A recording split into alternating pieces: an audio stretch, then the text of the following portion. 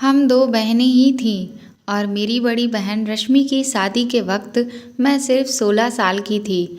हम दोनों बहनों की उम्र में बहुत ज़्यादा फ़र्क था, लेकिन दीदी मेरी इकलौती बहन थी। शादी के वक्त मेरा रो रो कर बहुत बुरा हाल था। मेरे जीजा जी ने अपनी दीदी की विदाई के समय मुझे अपने पास बिठाया और प्यार से मेरा हाथ पकड़कर कहने लगे, माही, रोने की क्या बात है? साली तो आधी घरवाली होती है, तो तुम्हारा जब दिल चाहे हमारे घर चली आना। उनकी ये बात सुनकर मैं खुश हो गई। दीदी शादी करके दूसरे शहर गई थी। जीजाजी कहने लगे, जब भी तुम अपनी बहन के पास आओगी, मैं खुद तुम्हें अपना शहर घुमाऊंगा। दीदी तो विदा होकर चली गई, लेकिन मेरे दिल में यह अरमान जाग उठा था कि मैं कब अपनी बहन के घर जाऊंगी और खूब मज़े करूंगी। दीदी की शादी को 1 साल गुजर गया, लेकिन मैं उनके शहर नहीं जा सकी। पूरे 1 साल बाद दीदी ने हमारे घर का चक्कर लगाया था और राजीव जीजा भी उनके साथ ही आए थे। वह बहुत ही अच्छे और प्यार से बात करने वाले थे। जितना दिन वह हमारे घर रहे, हर वक्त मेरे आगे पीछे रहते और मेरा बहुत ख्याल रखते। वह मेरे लिए बहुत सारे गिफ्ट भी लाए थे। मेरा कोई भाई नहीं था, इसीलिए मुझे उनसे लगाव हो गया था। 1 हफ्ता हमारे साथ गुजार कर दीदी वापस अपने ससुराल लौट गई। 2 महीने बाद फिर दीदी का फ़ोन आया। उन्होंने बताया कि वह प्रेग्नेंट हो गई है और यह खबर सुनकर मैं और मम्मी पापा बहुत खुश हुए। बहुत दिनों के बाद हमारे घर ऐसी कोई खुशी की खबर आई थी, लेकिन दीदी बहुत ज़्यादा परेशान थीं और मम्मी से कह रही थीं कि वह अकेले दूसरे शहर में इस हालत में नहीं रह सकती, क्योंकि उन्हें बहुत ज़्यादा उल्टी और चक्कर आ रहे हैं और डॉक्टर ने उन्हें आराम करने को कहा है। यह सुनकर मम्मी भी बहुत ज़्यादा परेशान हो गईं। मेरी बड़ी बहन तो मम्मी की जान में बसती थी। मम्मी ने उसे हमारे घर आकर रहने को कहा तो वह कहने लगी कि राजीव तो उसे छोड़ने को तैयार ही नहीं है। डॉक्टर ने लंबा सफ़र करने को मना किया है। अगर दीदी आ भी जाती है तो राजीव जीजा और उनके पापा को बहुत परेशानी होती है। वैसे भी 1-2 महीने की बात नहीं थी, अभी तो पूरे 9 महीने बाकी थे। दीदी की बात सुनकर मम्मी ने कहा, तुम फिक्र ना करो, मैं माही को तुम्हारे पास भेज देती हूँ। बहन के आने से तुम्हारा दिल भी बहल जाएगा और यह तुम्हारे घर के काम काज भी कर दिया करेगी। मम्मी की बात सुनकर दीदी बहुत खुश हुई और कहने लगी, माही को अकेले ना भेजना, राजीव को मैंने कहा है, वह लेने के लिए आ जाएंगे। मैं तो कब से इस मौके की तलाश में थी और न जाने कितनी बार दुआ मांग चुकी थी, इसलिए फ़ौरन ही खुशी खुशी अपना सामान बांध लिया। मौसी बनने की खुशी तो अलग ही होती है। 3 दिन बाद ही जीजा जी मुझे लेने के लिए आ गए और मैं उनके साथ अपनी बहन के पास दूसरे शहर आ गई। दीदी के ससुराल में सिर्फ एक ससुर और जीजा जी ही थे, इसलिए मुझे यहाँ रहने में कोई परेशानी नहीं होने वाली थी, कोई झंझट नहीं थी। दीदी मुझे देखकर बहुत खुश हुई थी। उसने पहले से ही मेरी पसंद का खाना बना रखा था। मुझे रहने के लिए अपने सामने वाला कमरा भी दे दिया था। दीदी के ससुर को नमस्ते करने के लिए मैं उनके कमरे में गई तो उनका रवैया कुछ अजीब सा था। वह बिस्तर पर पड़े एक बीमार आदमी थे। मुझे देखकर अजीब अजीब बातें करने लगे। उनकी बातें मेरी समझ से बाहर थीं। दीदी मेरा हाथ पकड़कर मुझे कमरे से बाहर ले आई और कहने लगी कि उनके ससुर बहुत सालों से बीमार हैं, इसीलिए अक्सर उल्टी सीधी बातें करते हैं। आगे से उनके कमरे में जाने की ज़रूरत नहीं है। दीदी के ससुर उनकी शादी में भी नहीं आए हुए थे। राजीव का रिश्ता पापा के किसी दोस्त ने दीदी से करवाया था। मेरी उनके ससुर से पहली मुलाकात थी और सच तो यह था कि मैं उनके ससुर से मिलकर बहुत डर गई थी। मुझे दीदी के घर आए 3 दिन हो गए थे। मैं दोबारा उनके ससुर के कमरे में नहीं गई थी। जीजा जी मेरा बहुत ख्याल रख रहे थे और दीदी की तबीयत ठीक ना होने की वजह से वह ज़्यादातर बिस्तर पर लेटी रहती थी। सारा घर मैंने संभाल लिया था, लेकिन फिर एक दिन कुछ ऐसा हुआ कि मेरे रोंगटे खड़े हो गए। रात के खाने के बाद किचन साफ करके मैं अपने कमरे में आई तो मैंने सोचा कि नहा धोकर सोती हूँ। गर्मी बहुत ज़्यादा थी और मैं पसीना पसीना हो गई थी। मैं नहाने के लिए अपने कमरे के वॉशरूम में गई तो कुछ ही देर में मुझे ऐसा महसूस हुआ जैसे कोई मुझे देख रहा हो। पहले तो मुझे लगा कि मेरी बहन होगी, लेकिन अचानक ही मेरी नज़र रोशनदान पर पड़ी तो मेरे होश उड़ गए। वहाँ कोई साया सा मुझे नज़र आया था और मुझे यकीन हो गया था कि कोई छुप कर मुझे देख रहा था। इस बात ने मेरे होश उड़ा दिए। मैंने जल्दी से अपने कपड़े पहने और भागती हुई कमरे से बाहर निकली। दीदी के कमरे में पहुंची तो वहाँ दीदी और जीजा जी आराम से एक साथ लेटे थे।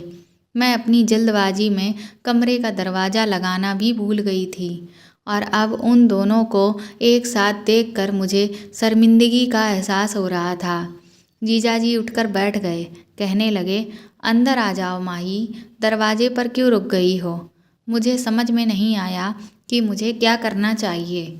मैं उन्हें कैसे बताती कि रोशनदान पर मुझे किसी का साया महसूस हुआ है। मैंने यूं ही बात बना दी कि मैं दीदी से दूध का पूछने के लिए आई थी। दीदी कहने लगी, तुम जाकर आराम करो, अब बाकी जो भी काम होंगे मैं राजीव से कह दूंगी। मैं अपने कमरे में वापस आने लगी तो मेरी नज़र दीदी के ससुर पर पड़ी, जो बाहर से वापस लौटकर अपने कमरे में जा रहे थे। मुझे बहुत अजीब सी नज़रों से देखते हुए कहने लगे, तुम बहुत खूबसूरत और मासूम हो, अपना ख्याल रखा करो, किसी पर आंख बंद कर विश्वास मत करना। उनकी यह बात सुनकर मुझे गुस्सा आ गया। मैं सोच भी नहीं सकती थी कि वह मुझसे इस तरह की कोई बात कह सकते हैं। मैं घबरा कर फ़ौरन अपने कमरे में चली गई और सारी रात यूं ही जागते जागते गुजार दी। दीदी ने तो कहा था कि उनके ससुर बीमार हैं और वह कमरे से नहीं निकलते, तो फिर वह इतनी रात को बाहर क्या कर रहे थे? यह बात बहुत ही अजीब थी। मुझे बहुत ही ज़्यादा बेचैनी हो रही थी। रोशनदान पर जो था वह मेरा वहम था या हकीकत? कोई मुझे देख रहा था। कहीं वह दीदी के ससुर तो नहीं थे? इस सवाल ने मुझे परेशान कर दिया था। मेरी सारी रात आँखों ही आँखों में गुजर गई थी। अगले दिन सुबह जीजा जी ऑफिस जाते हुए कहने लगे, माही, मैं शाम को जल्दी आ जाऊंगा और तुम्हें शॉपिंग के लिए बाजार ले जाऊंगा। तुम शाम को तैयार रहना। यह कहते कहते अचानक ही करीब आकर उन्होंने मेरे गाल पर हाथ फेरा और ऑफिस के लिए निकल गए। उनके इस अंदाज पर मैं चौंक गई। दीदी भी पीछे ही खड़ी थीं। कहने लगी, राजीव तुमसे बहुत प्यार करते हैं, तुम भी उनका ख्याल रखने की कोशिश किया करो, क्योंकि आजकल मैं उनका ख्याल नहीं रख पा रही हूँ। वह बहुत ज़्यादा थक जाते हैं। दीदी की बात सुनकर मैंने कहा, आप फिक्र ना करें, मैं राजीव जीजू का ख्याल रखूँगी। शाम को मैं अच्छी तरह तैयार हो गई तो राजीव मुझे शॉपिंग के लिए ले गए। उन्होंने दीदी से कहीं ज़्यादा मेरे लिए शॉपिंग कर ली थी। मेरी यह खुशी बस कुछ ही दिनों की मेहमान है। उस रात अचानक लाइट चली गई। तभी किसी ने मुझे ज़ोर से धक्का दिया। मैं बहुत डर गई। मुझे इस धक्के की उम्मीद नहीं थी। वह एकदम ही पीछे हटा तो मैं भागकर कमरे से निकल गई। मुझे अब तक कुछ दिखाई नहीं दे रहा था। अंधेरा बहुत ज़्यादा था, लेकिन मैं दीवार के सहारे दीदी के कमरे में पहुंची। वहां जाकर मैंने दीदी को आवाज़ दी तो वह कहने लगी, माही, तुम परेशान ना हो, राजीव अभी अभी लाइट देखने के लिए गए हैं। अक्सर हमारे घर की लाइट कट जाती है, राजीव जल्दी ठीक कर देंगे। दीदी ने अपने मोबाइल फ़ोन की टॉर्च जला दी थी। मेरे पास तो मोबाइल भी नहीं था। मैं दीदी के पास ही बैठकर रोने लगी। थोड़ी देर बाद लाइट आ गई। वह कहने लगी, तुम भी बहुत पागल हो, जरा से अंधेरे से घबरा गई हो, मेरा ख्याल कैसे रखोगी? दीदी की बात सुनकर मैंने कहा, ऐसी बात नहीं है, मेरे कमरे में कोई मौजूद था, इसीलिए मैं डर गई थी। मेरी बात सुनकर वह ज़ोर से हंसने लगी। राजीव मेरे साथ मेरे कमरे में थे और मेरे ससुर तो मेरे कमरे से निकलते ही नहीं। अंधेरे की वजह से तुम डर गई हो और कोई बात नहीं है। मुझे समझ नहीं आया कि दीदी को किस तरह से यकीन दिलाऊं कि मेरे कमरे में कोई मौजूद था, लेकिन वह कौन हो सकता था, यह बात मुझे समझ नहीं आई थी। अगर जीजा जी दीदी के साथ थे तो फिर मेरे साथ कमरे में कौन था? पहले रोशनदान पर पड़ने वाला साया और अब कमरे में किसी की मौजूदगी का एहसास। इस सब से मैं बहुत डर गई थी। मेरे दिमाग में रह रहकर दीदी के ससुर का ख्याल आ रहा था। लाइट ठीक करके जीजा जी कमरे में आए तो मुझे देखकर कहने लगे, देखा, मैंने तुम्हें पहले ही कहा था कि ये अंधेरे से घबरा जाएगी, तुम इसके पास चली जाओ। दीदी जीजा जी से कहने लगीं, बहुत अंधेरा था, मैं अगर गिर जाती तो मुझे क्या मालूम था कि यह इतनी डर जाएगी। मैंने उन दोनों से कहा कि आप परेशान ना हों, मैं ठीक हूँ और अब अपने कमरे में जाकर सोती हूँ।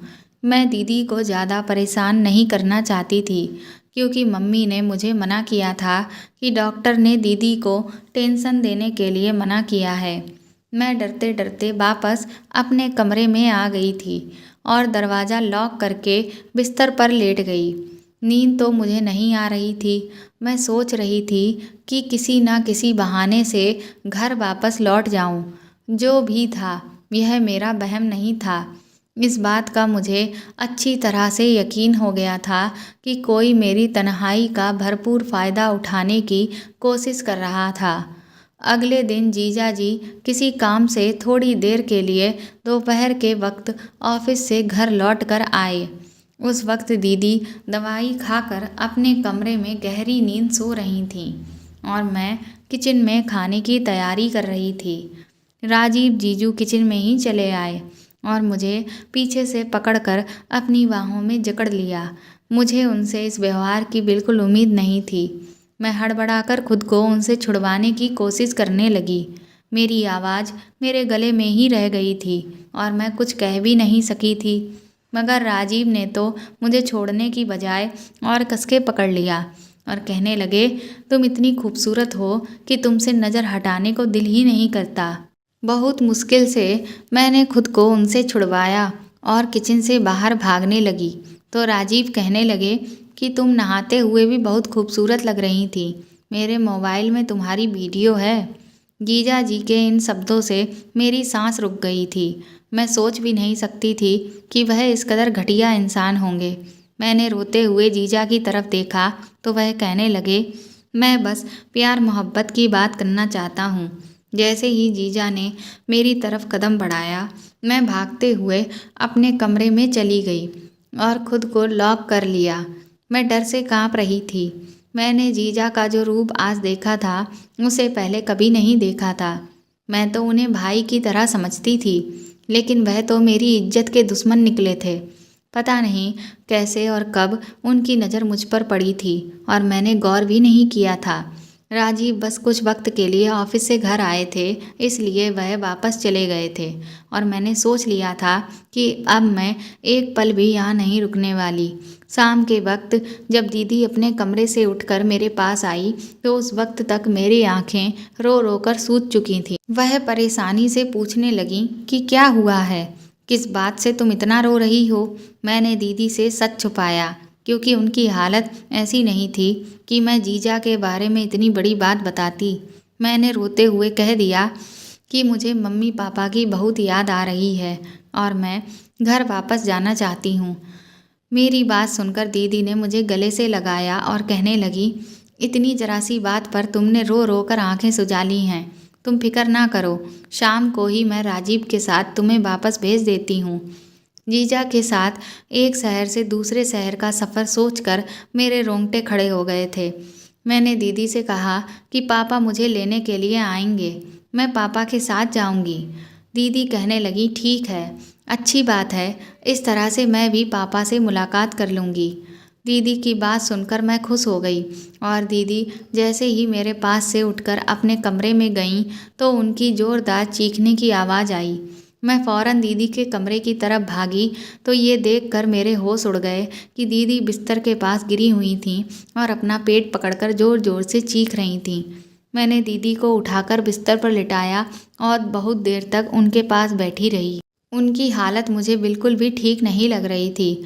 मैंने दीदी से कहा कि डॉक्टर के पास चलते हैं, लेकिन उन्होंने साफ मना कर दिया और मेरा हाथ पकड़कर कहने लगीं, माही, तुम मुझे छोड़कर ना जाओ। मैं इस हालत में अकेली नहीं रह सकती। आज तो तुम थीं जिसने आकर मुझे उठाया और मेरा ख्याल किया है, लेकिन तुम्हारे जाने के बाद अगर ऐसा कुछ हुआ तो मैं और मेरा बच्चा ऐसे ही मर जाएंगे। दीदी की बात सुनकर मैं बहुत परेशान हो गई। बहुत मजबूरी में मैंने कुछ दिन रुकने का फ़ैसला किया और दीदी से कहा कि आप बिल्कुल फ़िक्र ना करें, मैं आपके साथ ही हूँ। मेरी बात सुनकर दीदी को बहुत खुशी हुई थी और मुझे गले से लगा लिया। जीजा भी वापस आ गए थे। दीदी ने उन्हें भी बताया कि गिरने की वजह से मेरी तबीयत बहुत ख़राब हो गई थी। यह सुनकर राजीव भी परेशान हो गए और मुझसे कहने लगे कि जाओ अपनी दीदी के लिए दूध ले आओ।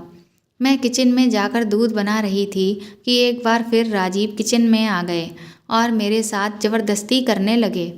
मैंने राजीव को धक्का दिया और गुस्से में कहा कि आपको शर्म नहीं आती? आपकी पत्नी की हालत इतनी ख़राब है और आप अपनी साली के साथ ऐसी हरकतें कर रहे हैं। जीजा जी को मेरी बात का कोई असर ना हुआ और वह मेरे साथ ज़ोर ज़बरदस्ती करने लगे। मैं ज़ोर ज़ोर से चीखने लगी थी। मेरी आवाज़ पर दीदी आ गई। मैं इस कदर घबराई हुई थी कि दीदी की तबीयत का सोचे बिना ही मैंने उन्हें जीजा जी का सारा सच बता दिया। दीदी ने एक नज़र मुझ पर डाली और दूसरी नज़र जीजा जी पर और उससे कहने लगी कि तुम कैसे मर्द हो जो एक 17 साल की लड़की को भी काबू नहीं कर सकते।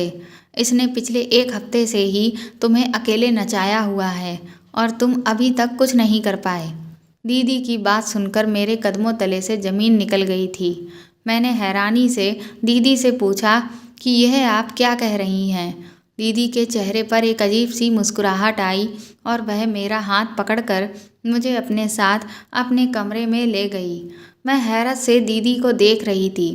दीदी ने मुझे अपने पास बैठाया और मेरे बालों में हाथ फेरकर कहने लगी, देखो माही, मेरी बात गौर से सुनो। मैं राजीव का सारा सच जानती हूँ, लेकिन जो कुछ राजीव तुमसे चाहता है वह तुम्हें करना ही होगा। मैं गुस्से में उठ खड़ी हुई और मैंने दीदी से कहा, आप कैसी बातें कर रही हैं? क्या आप जानती हैं कि आपका पति मेरे साथ क्या करना चाहता है? वह मुझे इस्तेमाल करना चाहता है।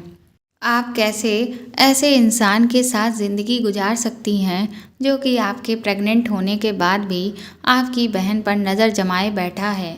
वह आपको और आपके बच्चे को सारी ज़िंदगी क्या देगा? मेरी बात सुनकर दीदी कहने लगी, तुम्हें राजीव के साथ वह सब कुछ करना ही होगा जो वह तुमसे चाहता है, वरना वो कभी बाप नहीं बन सकेगा। दीदी की बात सुनकर मैंने कहा, आप कैसी बातें कर रही हैं?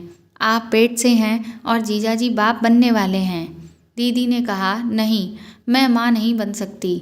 यही बात पता चलने पर मैंने तुम्हें यहाँ बुलाया था, ताकि तुम यहाँ आकर मुझे और राजीव को एक बच्चा दे सको। राजीव किसी और का बच्चा गोद नहीं लेना चाहते थे, उन्हें अपना बच्चा चाहिए था और इसके लिए मेरे पास इससे ज़्यादा आसान रास्ता नहीं था। मैं किसी औरत को अपनी सौतन बनाकर नहीं लाना चाहती थी, इसीलिए मैंने फ़ैसला किया है कि मैं इस काम के लिए तुम्हें कुर्बान कर दूंगी। वैसे भी तुम मेरी सगी बहन नहीं हो। मैं राजीव से बहुत मोहब्बत करती हूँ और उसे किसी कीमत पर छोड़ना नहीं चाहती। इसलिए मैं चाहती हूँ कि तुम गर्भवती हो जाओ और मेरी और राजीव की ज़िंदगी में बच्चे की इस कमी को पूरा कर दो। मैं तो अब तक जीजा जी को अपना दुश्मन समझ रही थी, लेकिन मेरी बहन भी इस गंदे खेल में बराबर की हिस्सेदार थी। अपना घर बचाने की खातिर मेरी बहन ने मेरी ज़िंदगी को दांव पर लगा दिया था। मैंने अपनी बहन के आगे हाथ जोड़ लिए और उससे कहा कि मुझे घर वापस भेज दे, लेकिन मेरी बहन ने मेरी एक ना मानी और रात के अंधेरे में मुझे अपने पति के कमरे में भेज दिया। मेरे पास बचने की कोई गुंजाइश नहीं थी, क्योंकि मेरी बहन ने मुझे धमकी दी थी, अगर मैंने उसकी बात ना मानी तो राजीव मेरे साथ ज़बरदस्ती करेंगे। उसका इल्ज़ाम भी मेरे किसी झूठे आशिक के नाम पर डाल देंगे और मैं सारी ज़िंदगी अपने मम्मी पापा को अपने चरित्र की सफाई नहीं दे सकूंगी। मैंने सोचा भी नहीं था कि कभी मेरी बहन मेरे साथ ऐसा व्यवहार करेगी। मैं जानती थी कि मेरी बहन मेरी सगी बहन नहीं है, लेकिन हमेशा मैंने उसे सगी बहन ही समझा था। कभी यह फ़र्क हम दोनों के बीच आएगा, यह मेरे ख्याल में भी नहीं था। मेरी बहन ने मुझे खींचते हुए कमरे में धकेलने की कोशिश की तो मैं खुद को छुड़वाने के लिए शोर शराबा करने लगी। मेरी बहन के ससुर कमरे से निकल आए। उन्होंने फ़ौरन ही बीच में आकर मुझे मेरी बहन से छुड़वाया और मेरी बहन और अपने बेटे को धमकी दी कि अगर उन दोनों ने मेरे साथ कोई ज़बरदस्ती करने की कोशिश की तो वह पुलिस को फ़ोन कर देंगे। जीजा जी गुस्से में अपने पापा के साथ बदतमीजी करने लगे, लेकिन उनके पापा किसी भी हाल में मुझे अकेला छोड़कर पीछे ना हटे और मेरी खातिर अपने बेटे से झगड़ा करके मुझे अपने कमरे में ले आए। कहने लगे, बेटा, मुझे पहले दिन से ही शक था कि इन दोनों की नीयत गलत है। अगर मैं तुम्हारी बहन के खिलाफ कुछ कहता तो शायद तुम कभी यकीन ना करती। अब जबकि तुम जान चुकी हो कि यह दोनों इंसान नहीं बल्कि दरिंदे बन चुके हैं, शायद मुझसे अपने बेटे की परवरिश में कोई कमी रह गई है जिसकी वजह से आज यह दिन देखना पड़ रहा है। मैंने राजीव के पापा के फ़ोन से ही अपने घर फ़ोन मिलाया और अपने पापा को सारी हकीकत बता दी। अगली सुबह मेरे पापा मुझे लेने के लिए आ गए। उन्होंने मेरी बात पर दीदी से हमेशा के लिए सारे रिश्ते ख़त्म कर दिए। पापा को इस बात पर बहुत अफसोस हो रहा था कि शायद उनकी परवरिश में ही कोई कमी रह गई थी, जबकि उन्होंने तो कभी सौतेली बेटी और अपनी बेटी में कोई फ़र्क नहीं किया। इसीलिए बेटी ने उनके प्यार का यह सिला दिया है और मैं सोच रही थी कि मेरी कौन सी अच्छाई मेरे काम आ गई जो राजीव जैसे शैतान के पापा मेरी आवाज़ सुनकर मुझे बचाने आ गए। इस बात को कई साल गुजर गए हैं। हमारी दीदी के साथ हमारा कोई रिश्ता ना रहा, लेकिन एक बात मुझे अच्छी तरह समझ आ गई कि मेरी माँ ने मुझे दीदी के घर रहने के लिए भेजकर बहुत बड़ी गलती की थी और मैंने एक गैर मर्द पर भरोसा कर बहुत बड़ी भूल की थी। मेरी बहन ने जो कुछ मेरे साथ किया वह बर्दाश्त से बाहर था, लेकिन आज की दुनिया में यही सब कुछ हो रहा है। इसीलिए हर कोई अपनी इज्जत को बचा कर रखे, किसी पर अंधविश्वास ना करे, क्योंकि कुछ रिश्ते ऐसे होते हैं जो अपने मतलब के लिए कुछ भी कर सकते हैं। उनको किसी से कोई मतलब नहीं होता, बस अपना मतलब निकलना होता है। तो दोस्तों, आपको यह कहानी कैसी लगी कमेंट करके ज़रूर बताएं और प्लीज़ मुझे सपोर्ट करें। मेरी कहानी को ज़्यादा से ज़्यादा शेयर और लाइक करें और अगर आप मेरे चैनल पर नए हैं तो इसे सब्सक्राइब करके बेल आइकन को ज़रूर दबा दें। Thank you.